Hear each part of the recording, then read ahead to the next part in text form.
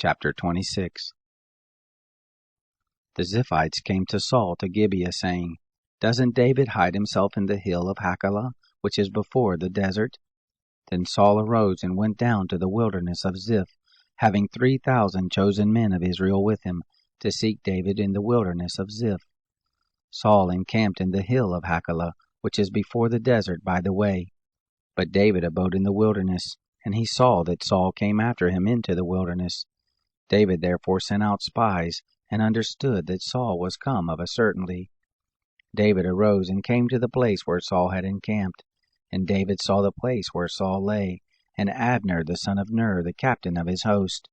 And Saul lay within the place of the wagons, and the people were encamped round about him.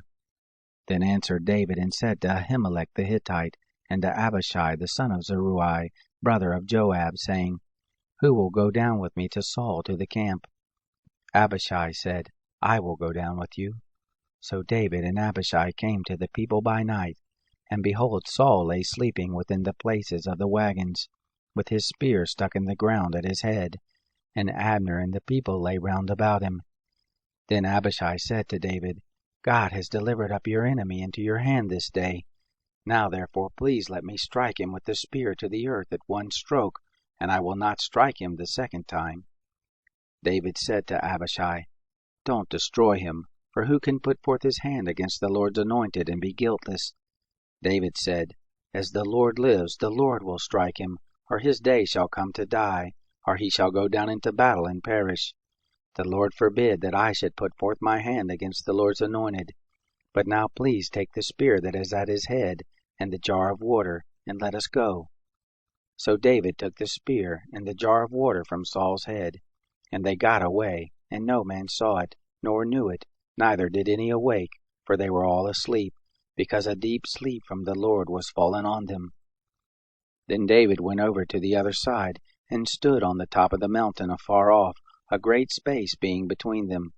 And David cried to the people, and to Abner the son of Ner, saying, "Don't you answer, Abner." Then Abner answered, "Who are you who cries to the king?" David said to Abner, "Aren't you a valiant man? And who is like you in Israel? Why then have you not kept watch over your lord the king? For there came one of the people in to destroy the king your lord. This thing isn't good that you have done. As the Lord lives, you are worthy to die, because you have not kept watch over the king, the Lord's anointed. Now see where the king's spear is, and the jar of water that was at his head." Saul knew David's voice, and said, "Is this your voice, my son David?" David said, "It is my voice, my lord, O king."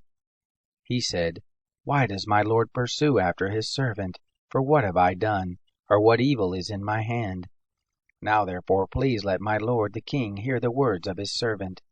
If it be the Lord has stirred you up against me, let him accept an offering.